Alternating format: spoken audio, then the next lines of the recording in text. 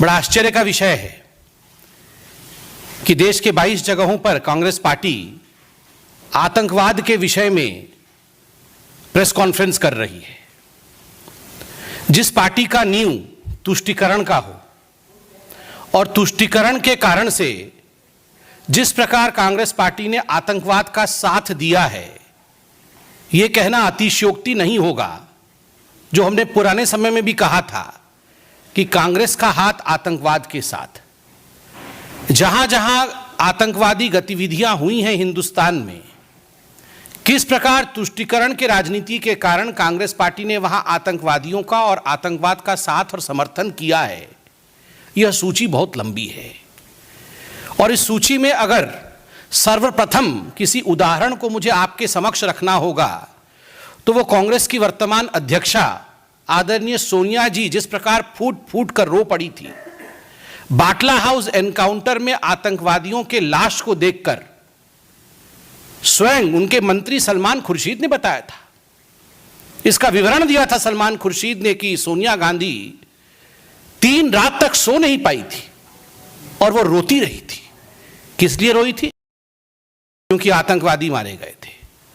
दुख होता है कि इस पूरे प्रक्रिया में कांग्रेस पार्टी ने जिस प्रकार बलिदानी मोहन चंद शर्मा जो इंस्पेक्टर रहे बाटला हाउस के समय, उनके ऊपर आघात करती है और आतंकवादियों के साथ खड़ी होती है, वो आज आतंकवाद को लेकर प्रवचन कर रही है।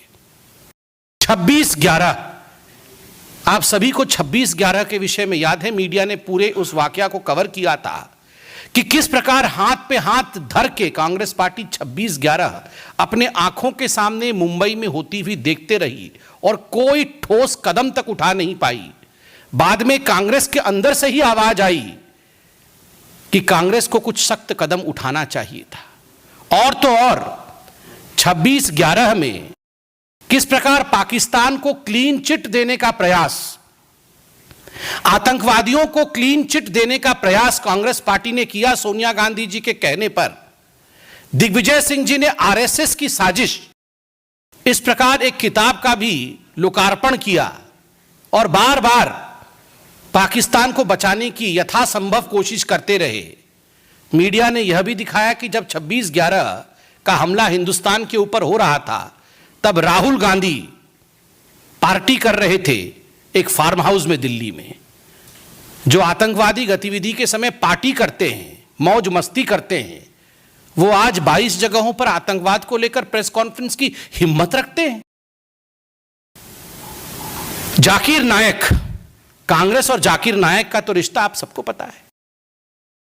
गांधी परिवार ने राजीव गांधी फाउंडेशन में 50 लाख से अधिक रुपए जाकिर नायक से बतौर डोनेशन लिया था। आतंकवादी जाकिर नायक को बचाने के लिए कांग्रेस पार्टी ने वो सारे हथकंडे अपनाए। आपको याद होगा, माइनॉरिटी अफेयर्स मिनिस्टर इत्यादि ने चिट्ठी लिखे थे जाकिर नायक के समर्थन में कि जाकिर नायक के ऊपर किसी प्रकार का आंच नहीं आना चाहिए।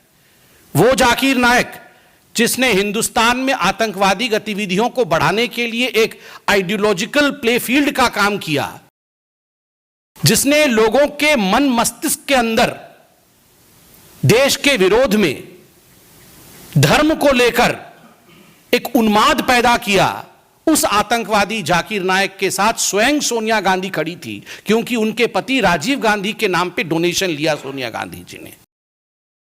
इशरत जहां को कौन भूल सकता है? लश्कर-ए-तैयबा LET ने इशरत जहां को अपना स्लीपर सेल का एक यूनिट बताया। LET ने उसे आतंकवादी बताया, किंतु सोनिया जी के कहने पर तमाम कांग्रेस पार्टी उसे इनोसेंट, उसे बेकसूर बताती रही। और भारतीय जनता के उस समय गुजरात के मुख्यमंत्री और उस समय गृह मंत्री आदरणीय अमित शाह जी के ऊपर जिस प्रकार का हमला कांग्रेस पार्टी करती थी, वो हमने देखा है। उस समय इशरत जहां के सामने खड़े रहना, इशरत जहां के साथ खड़े रहना, उसके नाम पर एक एम्बुलेंस भी चलाया था, शहीद इशरत जहां एम्बुलेंस सर्विस। ये तो कांग्रेस पार्टी के कारनामे हैं। और आतंकवाद को लेकर वो 22 स्थानों पर प्रेस कॉन्फ्रेंस करने की हिम्मत रखती है। यासीन मलिक, कश्मीर फाइल्स के माध्यम से वो नृशंस दृश्य जिसमें यासीन मलिक खुद बंदूक उठा करके बेगुनाह लोगों की हत्या करता है, और आपको याद होगा केवल हत्या ही नहीं करता है, प्रेस कॉन्फ्रेंस करके और साक्षात्कार अर्थात इंटरव्यू के माध्यम से कहता है कि yes I have killed Indians, मैंने हिंदुस्तानियों का अपने हाथ से खून किया है। उसके बावजूद यासीन मलिक को जिस प्रकार का पायदान यूपीए की सरकार ने दिया, तत्कालीन प्रधानमंत्री डॉक्टर मनमोहन सिंह के साथ खड़े होकर फोटो खिंचवाना, महिमा मंडित करना एक आतंकवादी का, ये हम सब ने देखा है। वो आज आतंकवाद को लेकर हमें घेरने की कोशिश कर रहे हैं। बुरहान वानी जिंदा रहे, बुरहान वानी को मारना नहीं चाहिए था। बुरहान वानी हेडमास्टर का बेटा था, बुरहान वानी गरीब परिवार से आता था। इस प्रकार के नरेटिव को कांग्रेस पार्टी ने फ्लोट किया था। बंधुओं, कोई तो कारण होगा जो हाफिज सईद जैसा कुख्यात आतंकवादी अगर किसी पार्टी से विश्व में प्यार करता है तो उस पार्टी का नाम कांग्रेस पार्टी। उसने अपने एक इंटरव्यू में कहा था कि हिंदुस्तान में कुछ अच्छी पॉलिटिकल पार्टीज भी हैं, कुछ अच्छे पत्रकार भी हैं और कुछ अच्छे पॉलिटिकल पार्टीज भी हैं, कांग्रेस जैसे अच्छी पॉलिटिकल पार्टी। क्या कारण है जो आतंकवादी हाफिज सईद को कांग्रेस एक अच्छी पार्टी लगती थी? कोई तो कारण होगा ना, कोई तो सांठगांठ होगा। Yes, Hafiz loved Congress party because Congress protected them. Congress ने हमेशा उन्हें प्रोटेक्ट किया, हमेशा उन्हें संरक्षण दिया। इसी कारण से आतंकवादी कांग्रेस को पसंद थे और कांग्रेस को आतंकवादी पसंद करते थे।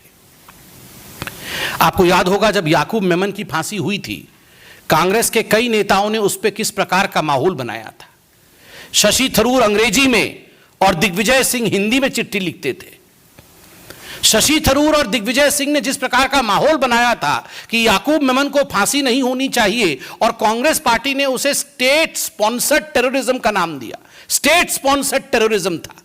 एक आतंकवादी जिसको तीनों लेयर ऑफ जुडिशियल सिस्टम ने, lower court, high court, supreme court, तीनों में फांसी होती है, जो निहत्थे हिंदुस्तानियों के मौत का जिम्मेदार था, उसके लिए कांग्रेस पार्टी जिस प्रकार से खड़ी थी, स्वाभाविक रूप से यह कहना अतिशयोक्ति नहीं होगा कांग्रेस का हाथ आतंकवादियों के साथ। और जहां तक राहुल गांधी राजकुमार का सवाल है, जिसको अरुण जेटली जी ने बिल्कुल सही कहा था, the clown Prince of the Congress. Rahul Gandhi JNU में जाकर, अफजल हम शर्मिंदा हैं, तेरे कातिल जिंदा हैं, हर घर से अफजल निकलेगा, तुम कितने अफजल मारोगे, हर घर से अफजल निकलेगा, इस प्रकार के बयानों का समर्थन करने वाले राहुल गांधी आज उन्हें शर्म आनी चाहिए। आज उन्हें अपने गिरेबान में झांकना चाहिए कि आतंकवाद को लेकर आप प्रेस कॉन्फ्रेंस करा रहे हैं। कांग्रेस पार्टी को आतंकवाद को लेकर एक माफीनामा, एक माफी करार लिखना चाहिए कि किस प्रकार से उन्होंने विगत इतने वर्षों तक, और खास करके जो 10 वर्ष यूपीए का शासनकाल 2004 से रहा था 14 तक, उस समय किस प्रकार उन्होंने आतंकवाद को बढ़ावा दिया है। बंधुगण, मैं याद दिलाना चाहूंगा कि जहां तक आतंकवाद का सवाल है, आप याद करिए वो 10 साल यूपीए के, उस समय हर एयरपोर्ट में, हर रेलवे स्टेशन में, मेट्रो के सामने अनाउंसमेंट होती थी कि बैठने से पहले आप जांच कर ले आप कहां बैठे हैं, आप देख ले अपने सीट के नीचे कोई बम तो नहीं रखा है। उस जमाने में इस प्रकार का माहौल था कि टिफिन का डब्बा कहीं दिख जाए तो वो टिफिन का डब्बा कम और बम ज्यादा नजर आता था। उस जमाने में स्कूटर कहीं अकेली खड़ी नजर आ जाए तो मान पड़ता था कि अभी ये स्कूटर फट जाएगा। इस प्रकार का माहौल पूरे हिंदुस्तान में बनाया गया था। खुद सरकार को अनाउंसमेंट करनी पड़ती थी। 2005 में याद करिए किस प्रकार जुलाई के महीने में राम जन्मभूमि के ऊपर हमला हुआ था। दिल्ली दिवाली के समय किस प्रकार 2005 के अक्टूबर में कितने निहत्थे लोग दिल्ली में सीरियल ब्लास्ट में मारे गए थे। काशी संकट मोचन अटैक मार्च 2006, फरवरी 2007 समझौता एक्सप्रेस ब्लास्ट, सीरियल बॉम्बिंग हुई थी उत्तर प्रदेश के अंदर, इंडियन मुजाहिदीन द्वारा 2008 में जयपुर में बॉम्बिंग, बेंगलोर और अहमदाबाद में जुलाई में बॉम्बिंग, सितंबर में दिल्ली में बॉम्बिंग। कोई एक महीना नहीं जाता था जिसमें बम नहीं फटते थे और लोग नहीं मरते थे। और आज हम कह सकते हैं कि नरेंद्र मोदी जी के शासनकाल में जिस प्रकार से एक बहुत बड़ा कंट्रोल आतंकवाद की गतिविधियों पे आया है, यह अपने आप में भारत को सुरक्षित करता है। बंधुगण, आप सभी जानते हैं कि पोटा का कानून भारतीय जनता पार्टी की सरकार आतंकवाद से निपटने के लिए लेके आई थी। पहला काम जो कांग्रेस की यूपीए सरकार ने किया वो निरस्त किया पोटा के कानून को, और आतंकवादियों को भी लगा 10 वर्षों में कि ये हमारी ही सरकार है, हमारी ही सरकार है, लेट्स वर्क टुगेदर। आतंकवादियों और कांग्रेसियों ने मिलकर एक साथ जिस प्रकार का माहौल पूरे हिंदुस्तान में खड़ा किया था उसका विवरण मैंने दिया है। और तो और केवल पाकिस्तान के साथ ही नहीं, चाइना के साथ भी 2008 में एमओयू साइन करके शी जिनपिंग जो अभी चाइनीज प्रीमियर हैं वो उस समय मौजूद थे। गांधी परिवार के उस एमओयू साइन एक्ट के समय जिस प्रकार से चोरी चुपके एक एमओयू साइन किया गया, the contours of the MOU is still not known. What were the contours of the MOU? ये देश बेचने का काम आतंकवादियों के हाथ में, आतंकवाद की गतिविधियों को देश में बढ़ावा देने का काम इस गांधी परिवार ने अपने सत्ता को बनाए रखने के लिए किया है। आज बोलने में कोई गुरेज नहीं है। यह गांधी परिवार अपने आप को सत्ता में आरूढ़ करने के लिए अगर आतंकवादियों के साथ भी गठबंधन करना पड़े तो उससे भी यह नहीं चूकती है। यही इतिहास कांग्रेस पार्टी का रहा है जब से कांग्रेस पार्टी सत्ता में आई है। इसलिए राहुल जी, आप जिस प्रकार के माहौल में देश को आपने आतंकवादियों के हाथ में धकेलने का काम किया, आज आप आतंकवाद को लेकर प्रेस कॉन्फ्रेंस करते हैं। मुझे लगता है आपको इंट्रोस्पेक्ट करना चाहिए। मुझे लगता है आपको अपने गिरेबान में झांकना चाहिए कि आखिर आप और आपके परिवार ने किस प्रकार से आतंकवादी गतिविधियों को हिंदुस्तान में बढ़ावा दिया है। बहुत बहुत धन्यवाद। कोई प्रश्न हो तो अवश्य पूछें। बहुत धन्यवाद। देखिए, मुझे लगता है